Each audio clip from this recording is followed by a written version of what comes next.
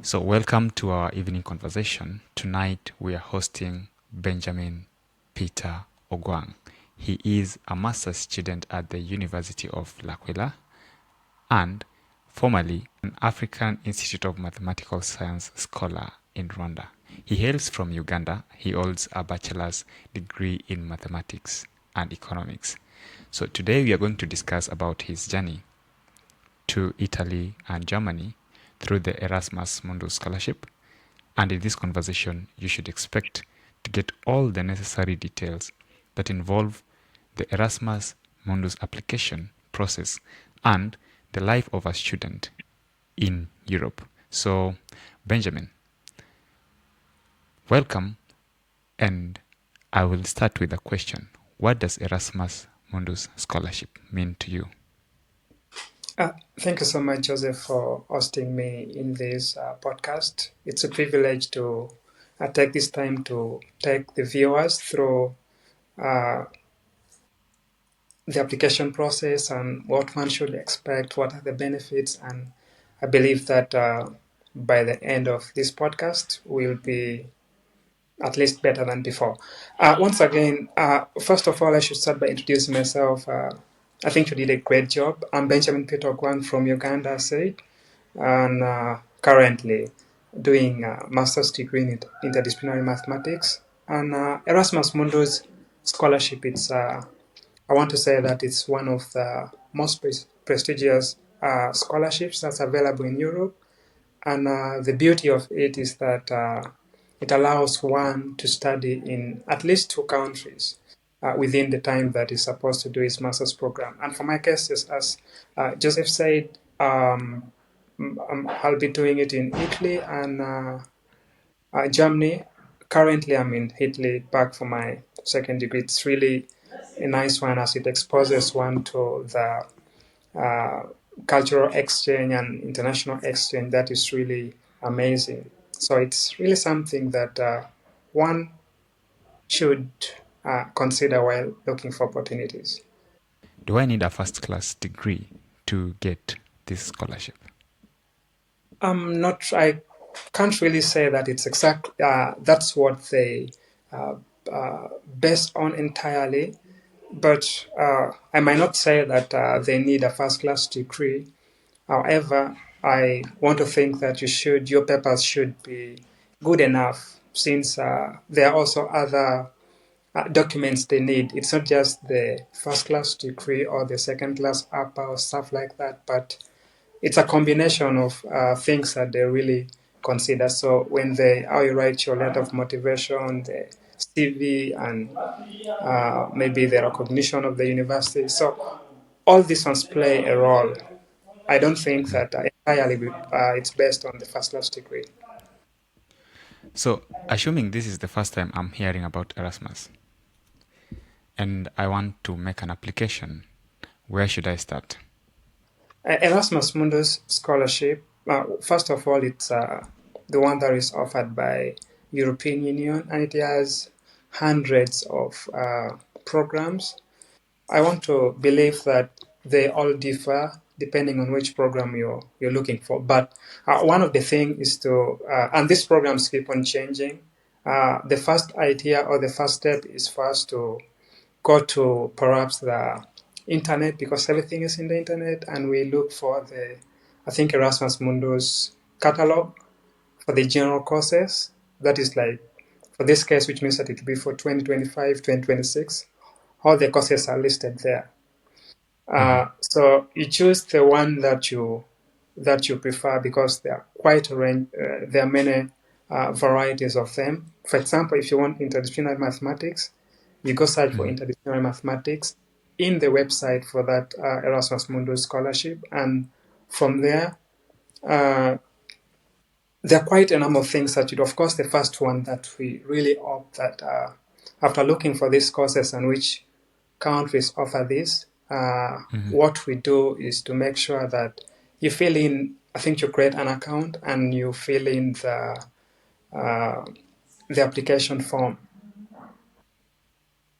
So in the application form, again, depending on which program you're applying to, There are programs that when you apply to one, uh, the track is determined automatically, which means that that of course appears in the application form.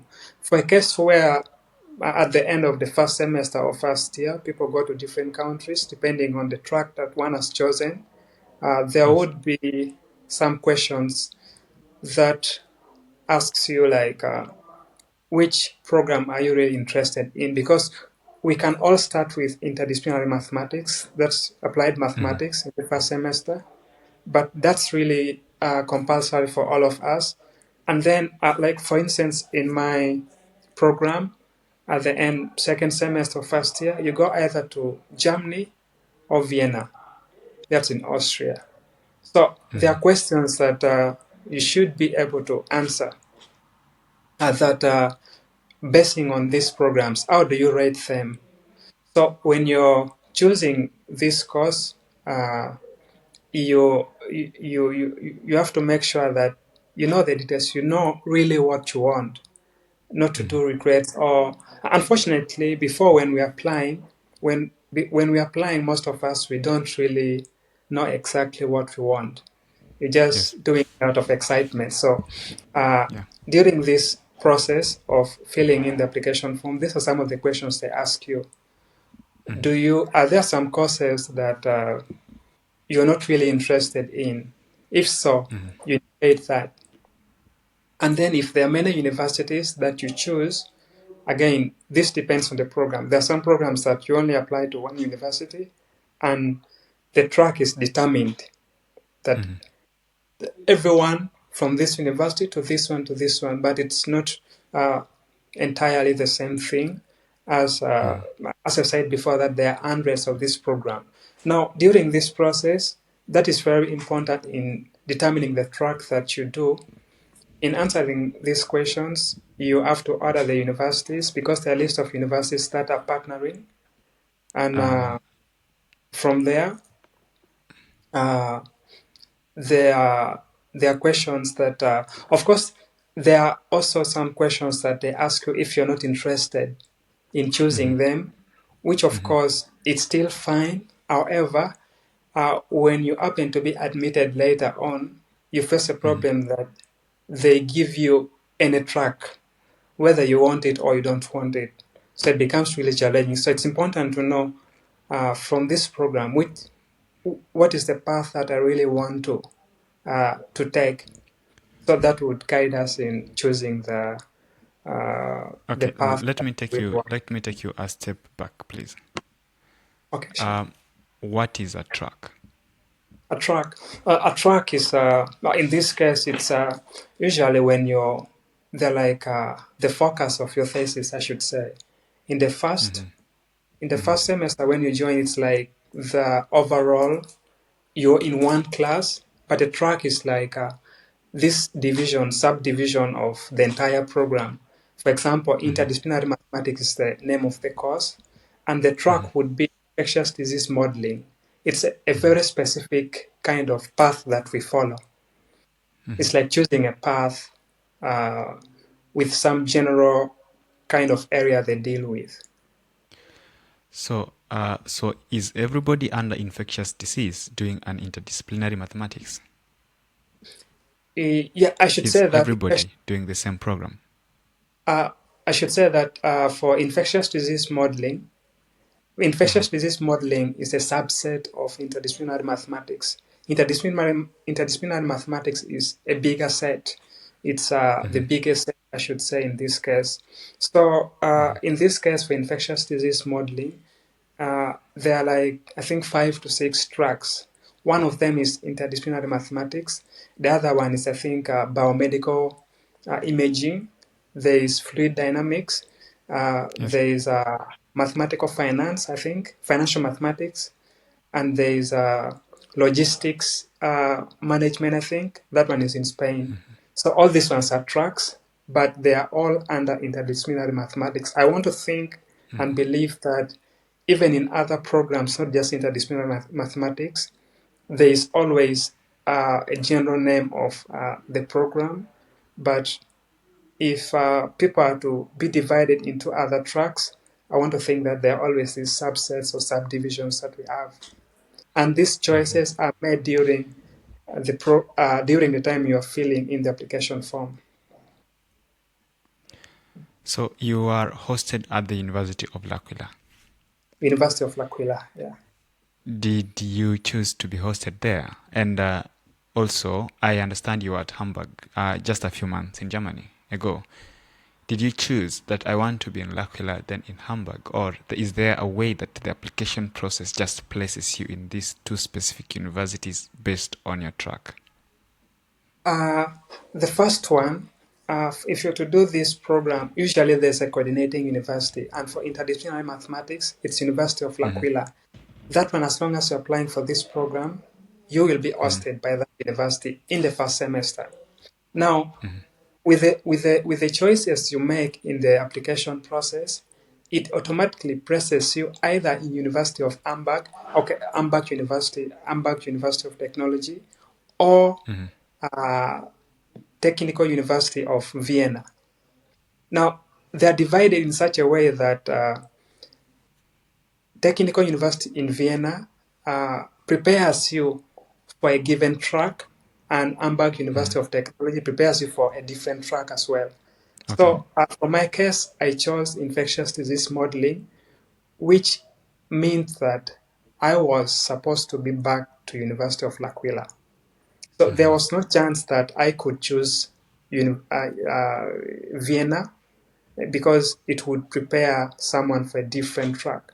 So Yes. where you go, it means that there are some times that you don't really choose basing on what you've chosen. It's just automatic by the application process, just as you said. So you should put more focus on your track. Yes, that's actually it bases on after choosing, because like interdisciplinary mathematics or for instance law or something, it means that you should read and understand that what are you really interested in. And as you asked the first question about is it a must that you should be having a first class? Of course, first class is very important. If you have, I would say that it's really good. And now, when you're writing your letter of motivation, you focus much more on the interest on a given track that you're really interested in, because it really shows that you've read and understood. For instance, if my letter of motivation is just focused on mathematics entirely, Yes. I'm talking about so random stuff, maybe I could be based on pure mathematics. And yet this program isn't about that. So when we understand the interplays between all these factors that they require or that they base on to rank us, it's really important that we make sure that we read the requirements or what takes place, the tracks that are in these courses that we do, and we focus our letter of motivation in the ones that we are really interested in. So, what documents do I need when I'm making an application? One that is, of course, very obvious is a completed application form. It's like a must that we should complete. We should have a completed application form. Yes. And again, since I said that there are really hundreds of these programs that are under Erasmus Mundus scholarships, they differ depending on which program we offer. But there are some general documents they really need, and others that are really specific to some courses. I will mention most of these general ones, and also some of them that were specific in our courses in my program that I'm in right now. And of course, the first one I said, it's the completed application form. Again, the application process is really, really straightforward. That you Yes. fill in this, you just check in and stuff like that. There's nothing really much. It's just about asking your preferences and where you want to study in the next academic year or stuff like this. Then the next one that, of course, when you're applying for a master's degree is a letter of motivation. Yeah. That, of course, should be tailored in such a way that you focus on to increase your chances of being admitted in any of these programs. You should Yes. read and understand that this program, the huge thing is, for instance, you did physics in undergraduate, but this time around, there's a track that focuses, or it focuses much more on nuclear physics. Then you have to make sure that you tailor it into nuclear physics, not just in general. So a lot of motivation is very important. That means that for any program that you're applying for, you need to check the website of those universities. They have written a lot of things they do. They have written the courses that they require us to have prior knowledge. They have written what they really teach there. And then when you focus your lot of motivation in such a line, then it increases on the chances of you being admitted. And the next one is the curriculum vitae that uh, that I believe that when you're applying for any master's program, everyone prepares a lot of a curriculum vitae, but Yes. usually, at least I think all of them, if I'm right, they require us. There's a template they provide that is the Europass CV. So you just the moment you use your own CV, I think there's a system that just kicks you out. You have not followed the instruction. That Yeah. even in the application form, they give you a link to the Europass CV. But even if they are not provided, even if they mention without providing the link, you can just go on any browser and you just write Europass CV and you just see a Yes. link there. That is very important. Again, uh, general stuff when you're writing a CV, you should include the details that are in line uh, with what you're applying for.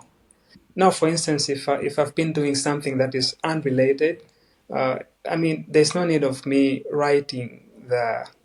uh, writing the writing all those details in the CV. It doesn't really make sense. I think these are general stuff. Again, as I forgot about the letter of motivation as a document. In our case, sometimes we have a lot of information, but in our case, they told us to write it in one page, to write everything in one page. Hey, So okay.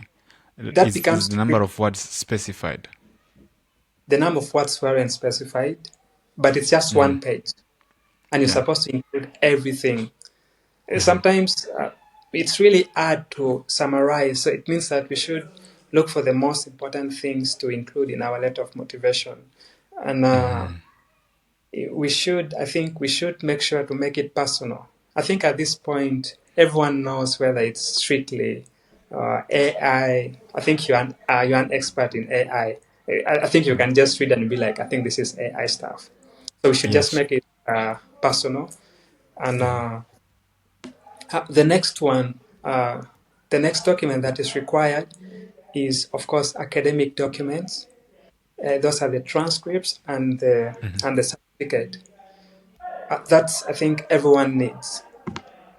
Uh, One thing that I should have mentioned at first is a passport. We can't forget of a passport. You're not Yes. if you're in Kenya, you're not moving from Nairobi to a different district, or from I mean you're going to a different country. It's just straightforward that we need a passport. Yeah. Then again, there is a proof of English proficiency. These some programs really require that all the applicants are supposed to be having this proof of English proficiency. But there are some cases, like for my case or for our case, that as long as your education has been uh, the medium of communication has been English, we don't So really we need. are speaking about your bachelor's degree, or is it your Yeah, master's degree in Rwanda? no bachelor's degree. So that was at Makerere University. It was at Makerere University, yeah, and it was in English. So Yes. this education was done in English. Mm-hmm. In some programs, they don't require you to provide, like for this program that I am in right now, they just Mm-hmm. ask you if that is the case. Then you just check, like it's just a check to just take it, and So that be enough. if by chance they ask me to provide that proof, and my program makes it necessary that I provide the proof, how do I provide that evidence that my undergrad or my first master's was taught in English? Uh, Is there a format, or is there a way that you know? yeah, one, since Mm-hmm. this is a master's program, usually what Mm-hmm. we base on is what we did in our bachelor's degree. And we would prove more of the bachelor's degree. Uh, Mm-hmm. Maybe the master's degree could affect in some way, but in for us to provide the proof in cases where we have to, you just go to your university, I think to the academic registrar's office. There's a letter they write showing that this so and so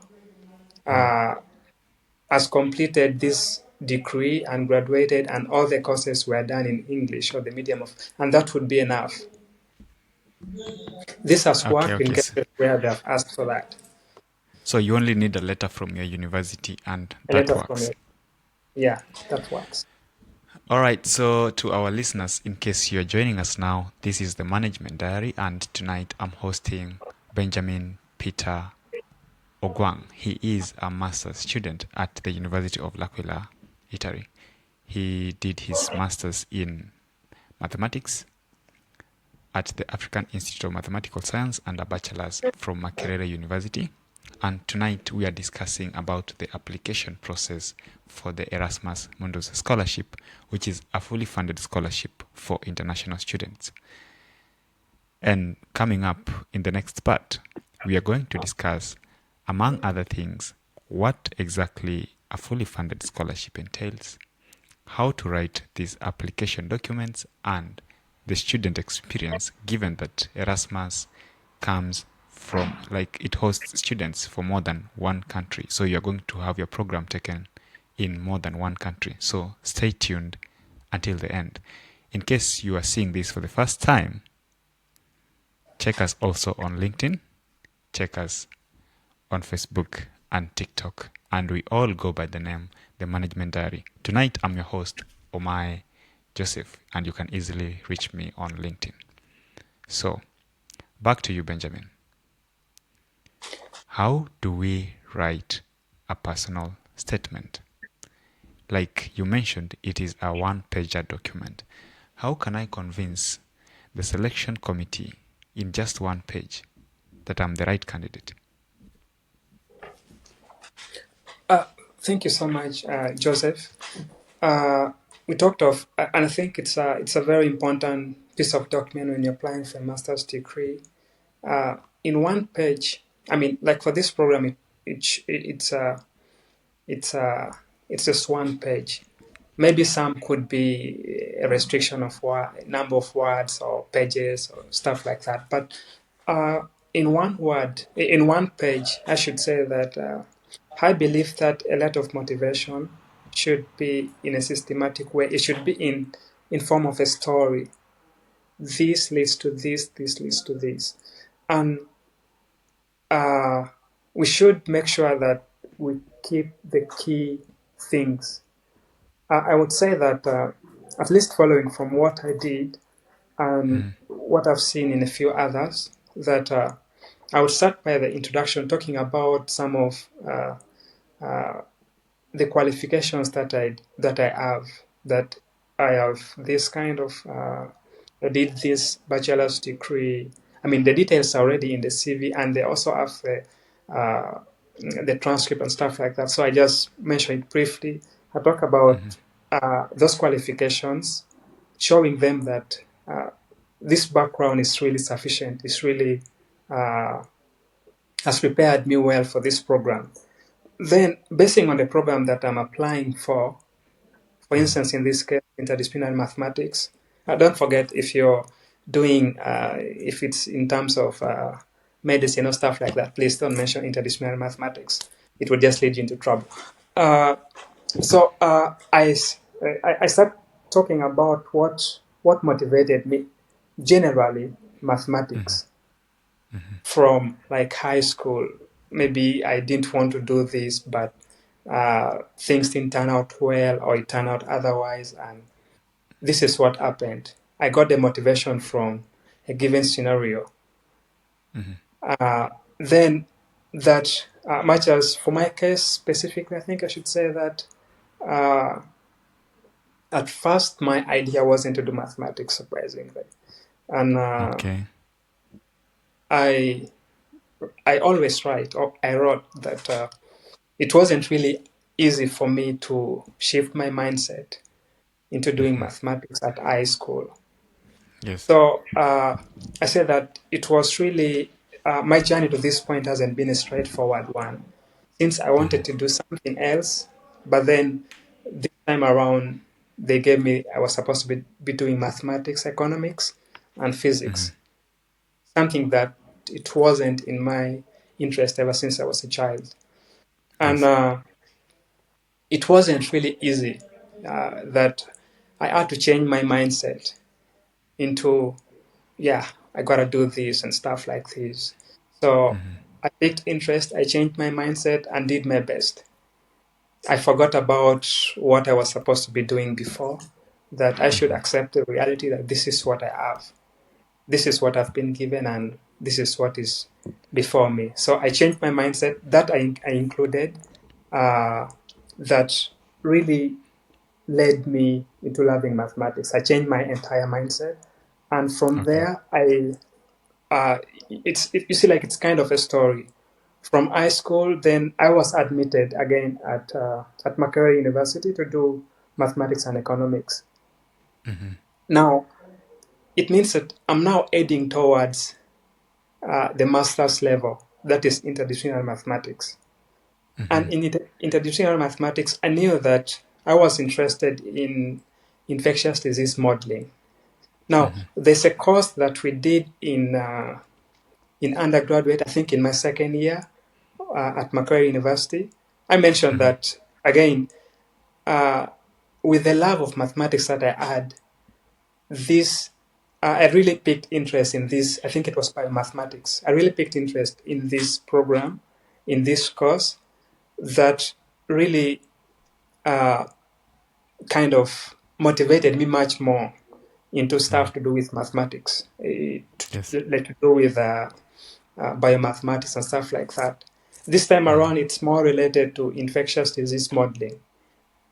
Now, I say that due to this, it motivated me to understand and knowing the importance of mathematical modeling of infectious disease in our today's world, that it really makes us to get involved in situations that we can really inform decision makers, Yeah. because we understand that infectious disease modeling or infectious diseases, they are a major cause of death in the world today. So Yes. I, basing on also the requirements there are a lot of information on the website for the program we're applying for. You understand that they have talked of English language, they have talked of interpersonal relationship. They sometimes even Yes. write the percentage that they offer, that each of them really is awarded. This is what. So I try to make sure that I'm good at interpersonal relationship. Back then, for my case, at Ames, I brought in the Ames thing from the undergraduate. Then I went to Ames, and then from Ames, we know that it brings out people from different parts of Africa. Yeah. So that means that I have been exposed to quite a number of people from different parts of Africa and different lecturers. This shows that me adapting to this program wouldn't really be hard for me. I have interacted with these people, and the kind of programs that they have done there, how intensive it was or it is. It has really prepared me well for this. And I understand being in an international setting, Yeah. the kind of commitment we need. So as you can see that it's like a story form, that it should be that specific. It should be uh, like a storytelling kind of stuff. So that's how that's of course one way of writing a letter of motivation. There could be Yeah. some better ways, but that's one of them. I mean, like by the mere fact that you are already a scholar, then that means that method works. It works So at whoever least. is listening can always borrow these ideas, whichever works best for them. Now, do you have work experience? Like, I mean, besides research, do you have corporate work experience? Uh, I've been into teaching a few months, I should say. Okay. I've taught at I think a tertiary institution and high school, so a little bit. Actually, I think among the documents that they require, some of these programs require a proof of work experience. Yes. That means that you go to, I think, the company or organization you are working with, they write for you something. I Yeah. think also sometimes we have proof of residence among the documents you require when applying for Erasmus Mundus. So it simply means that not every track requires you to have work experience. Not every track. But for the tracks that requires you to have work experience, you need to provide that evidence from your employer. Yeah, you should provide. And I'm assuming this is an assumption, but correct me if I'm wrong. That the proof is just but a letter. We usually when I used to work a while back, I used to be given this document. Once you are done with your work or your job, it is called the letter of service. So after your contract ends or terminates, they give you a letter of service, and I am tempted to believe that can serve as evidence because it tells that you worked at this company, the duration you worked in, the capacity in which you entered, any roles you held, and the capacity in which you left. But if you don't have such a document from your organization, then I would strongly recommend probably you write back to them and ask them to provide something that can help you, not only for your scholarship application, by the way, it can help you in any other environment that the document is needed. Now, did you have a research idea, or were you required to provide maybe a research topic or a research proposal for your master's? I understand your master's is research intensive. Did you come up with an idea before you got in there? Uh, for this program, we didn't really have to uh, provide that research proposal. However, I believe that maybe some programs require, and we just applied. Surprisingly, I don't know if surprisingly, but we didn't even have an interview for to get into this. After completing all the application process, there was no interview. There's one thing that I always like to say, that in situations where we're applying for these scholarships, to me at least, what I do is that if you're applying, if this is the time that you're working on the application form only, do it as if they will entirely base on it only for you to get into this. You put in that effort, you get done with that. Now, when you reach into a CV, you do it as if it will only be considered. It's the only thing that they will consider for you to be given an opportunity, or for you to be admitted into a given program. So this has really helped. And it comes to an interview in cases where they are, which I think in most cases, you do it as if you have not submitted any document, and they will Yes. only base on this to make sure that you're admitted. And I think that really helps. You have a master's from the African Institute of Mathematical Sciences in Rwanda. Do you think this contributed to your offer? Or, let me rephrase it, do you know people who just came from their undergrad and directly got into the Erasmus Mundus scholarship?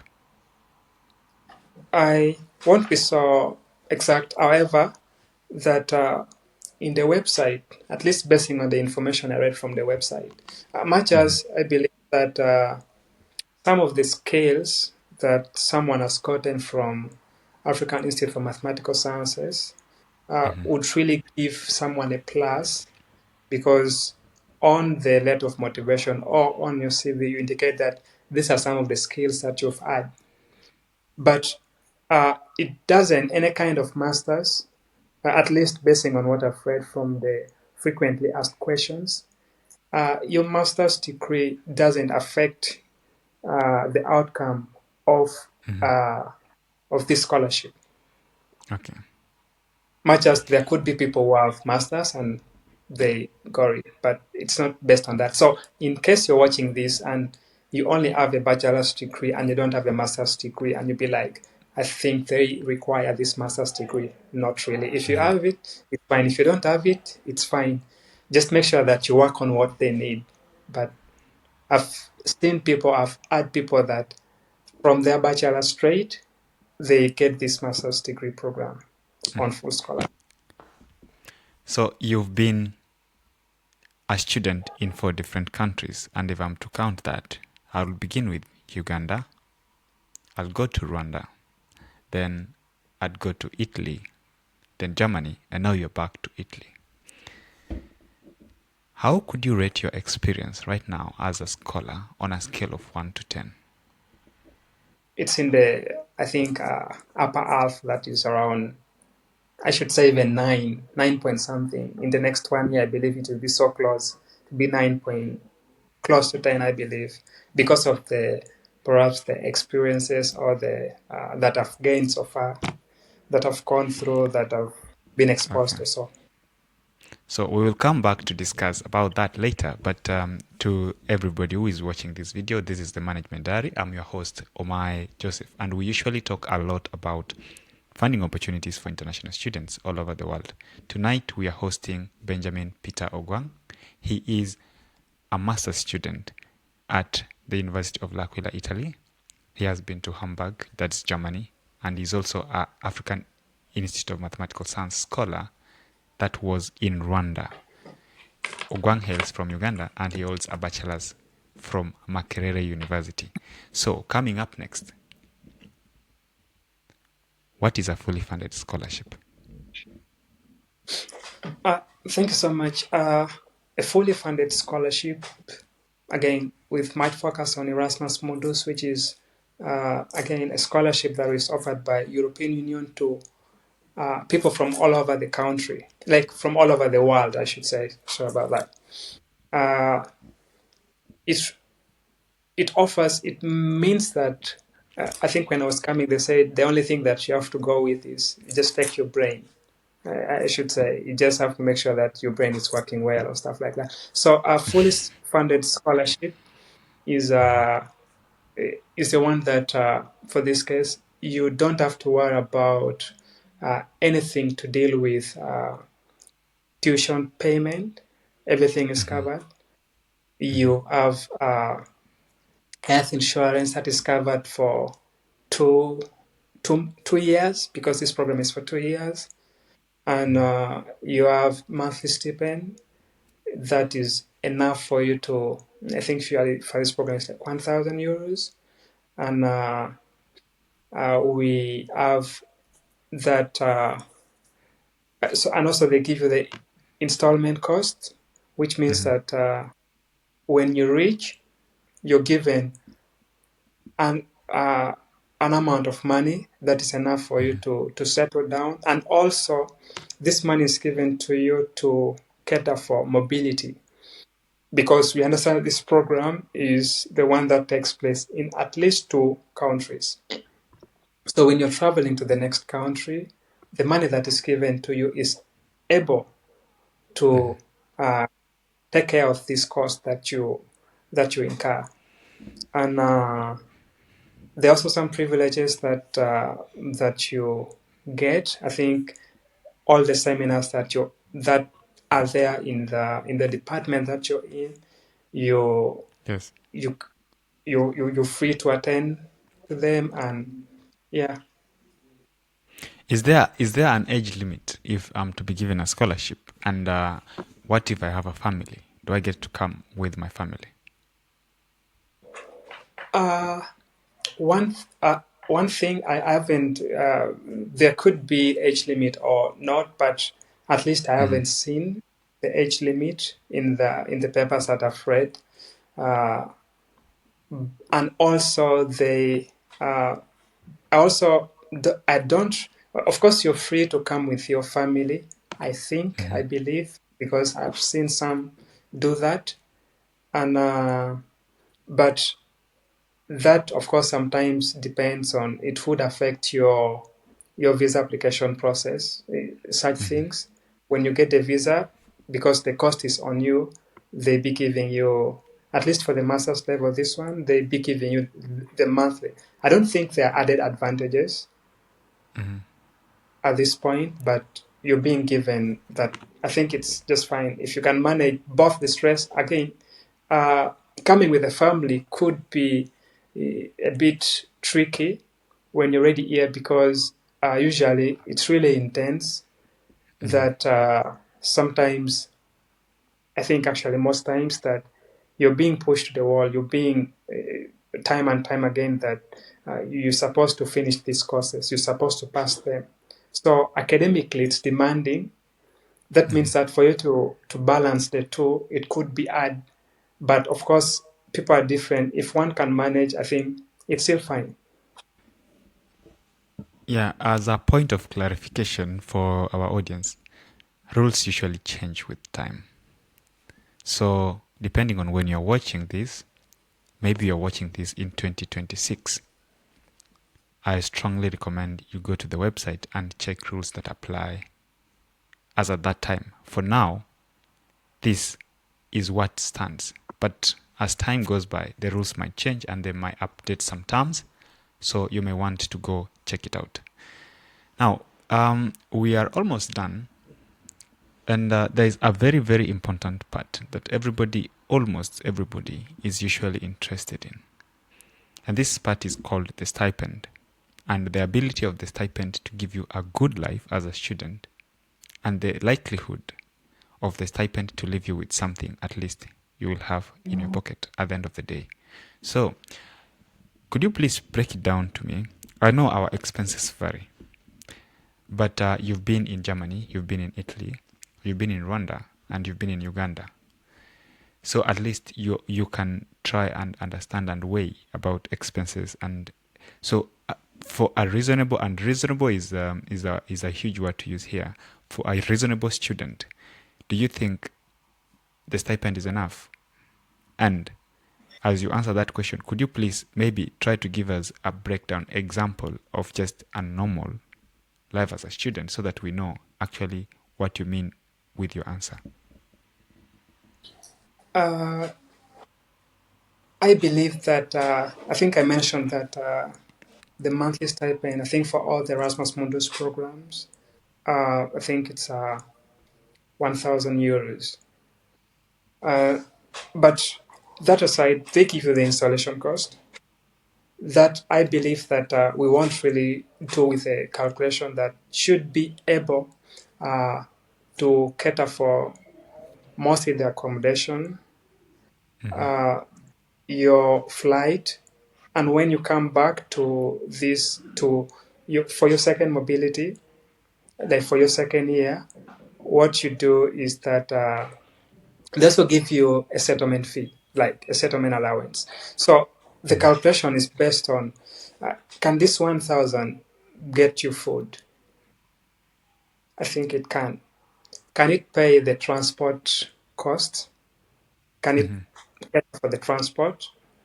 And usually, giving an example, I should say the one for Germany, where uh, for the entire semester, I think you pay about 180 euros for like 5 months for transport, which means that that is catered for. Any public means you're sorted. Yes. And you sorted the trains, the buses, and you can go to different cities if you want using this.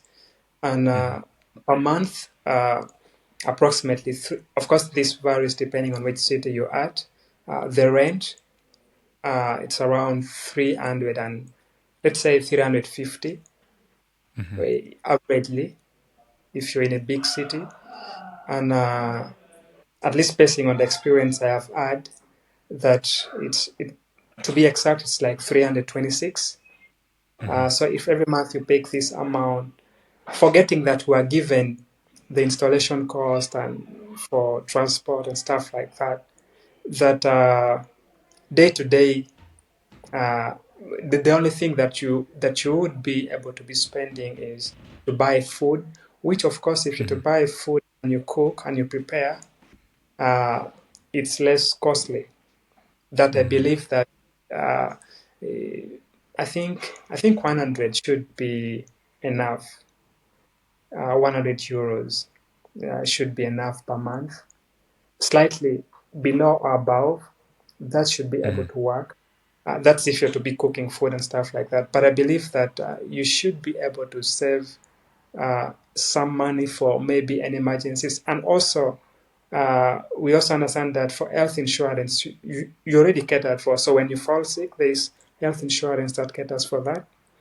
And Yes. you don't really have to worry. So I think that's some good amount that even if you want to travel to other countries, it's really cheap here for you to go to other countries by Ryanair. And also, because there are, I mean, maybe we are getting to that, there is Erasmus student network that you get a card, and when you're traveling to these countries, there are some companies that give you discounts. So if you want to go to France, if you want to go to Belgium or Netherlands or name it, there are discounts that they give you. And for you to move to these countries, it's really cheap. 30 euros or 20 euros on a good day, you can even find in teens. So it should be able to take care of one, even if you're just not into books. If you're just into Okay, books, okay. I believe that Yeah. you won't even be able to be buying textbooks because you have access to them using your institutional email address. The university provides those, and for programmers like MATLAB, you have access to them because the university takes care of it. So Yeah. your money would just be for accommodation, Personal for use. personal use, exactly. So I think it's great. Um, I'm a very ambitious person. I want to make money. I want to leave Europe with a lot of money. And one way I can do this is working part time as I study. As a student, I understand Erasmus is structured differently in the sense that you get to be moving from one country to another. But to the countries you've been to, are you allowed to work by your funding organization? Forget about the country because rules apply differently.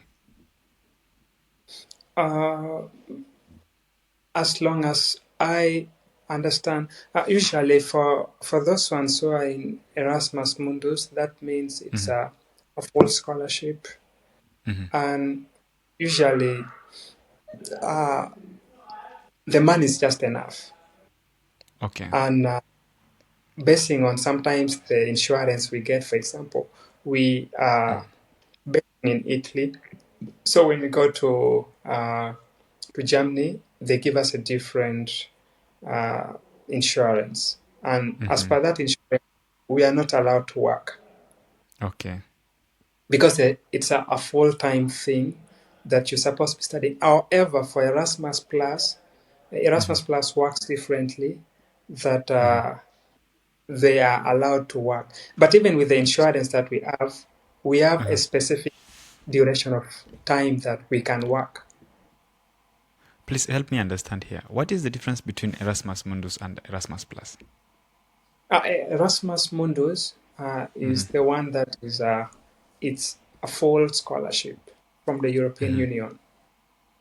Then Erasmus Plus, we understand that I think this Erasmus was brought in to encourage the cultural exchange and for people to move to other countries, that even with the local students who are from like Spain, they can choose to have their second semester in it or in Germany. So you can apply for this, even if you're not from like Africa or something. You can apply Okay. for this. That there, I think, is it MOU between some of these universities that when you're doing this program, you can go to this country for this. So in this Erasmus Plus, you're given some money that I'm not so sure of the amount, that you're given this amount uh, Okay. per month just to take care of you a little bit. But Erasmus Mundus, it's a full scholarship. Erasmus Plus, you're just doing a program in at least two different countries. Um, okay. So, what kind of support do you get as a scholar, as an Erasmus Mundus scholar, from the scholarship body and the university? And by What kind? this, let me reframe the question. By this, I don't mean financial support, because I know the Europe can be a very lonely place. Yeah. You can be having your own personal issues. You can maybe be needing a community to work with, maybe to go do some research elsewhere, and this is not enshrined in your financial offer. So more or less like on the social aspect, what kind of support do you get? There are counselors that are always available because they understand that sometimes, as you said, that Europe can be lonely and sometimes you can be stressed because of books. There are usually counselors that we go to them for free, that you just want to talk to a counselor and there are options. And also, when we need, maybe if you want to talk to the landlords and we are facing some difficulties, there are people we talk to who can make things easier for us. Yes. And also, there are a group of students that the university recognizes. For this case, I say like the Erasmus Student Network and other associations, that they organize kind of parties, they organize social events that the university knows that uh, you can go for them sometimes, but it's good not to overdo it. Sometimes, at least for the Yeah. party, uh, or you Yeah, might I'm forget. tempted to believe you also party once in a while, right? It depends on the definition of once in a while that you're talking of. I mean, like, yeah, it's good for your mental health Yeah, sometimes. yeah, it's Yeah. good. Yeah, and also there are sometimes matches, and also in the community there are matches that for football fans or for football lovers. There are pitches around, and so you can go and have some fun. Okay, okay, There okay. are marathons that are organized by the universities, so Yes. that's also As a parting shot, assuming you went back to the application process today, what would you change? I know you are already a scholar, but you look back and be like, maybe there's something I should have done differently. What is that one thing?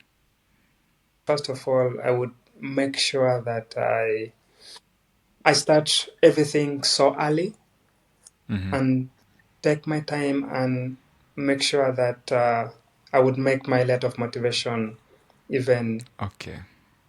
in a story form much more clearer. And I think I would also make sure that uh, even I tailor my CV well in such a way that Yes. only the details needed are required. And again, also, I think as one very important thing about some of the documents that are required is the fact that we need letter of recommendation. It's good not to forget about it. But In this case, I think I've been to situations where sometimes the person you've written there wants you to write a little bit of yourself. That I think in situations where you just write the institutional email of the person, uh, we should be checking day in, day out if the person has provided the letter of recommendation. Because I had a scenario where it's not my personal situation, but a friend of mine, the person that he had written at first, up to the last day, he had not written a letter of motivation. He had to, I think, remove and put another person. So it's important that as we put these people who are going to recommend us, we should be in touch with them. We should constantly get in touch with them to remind them and also to make sure that we put those that easily reply to emails. Because sometimes one could miss an opportunity because a letter of motivation wasn't provided. And it's good to provide, to use those ones that really know us well. Okay. If I want to reach you, how can I reach you?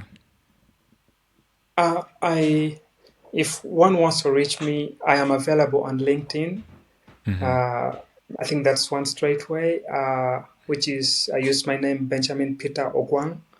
And basing on the profile that you mentioned, you'll be able to connect with me. Yeah.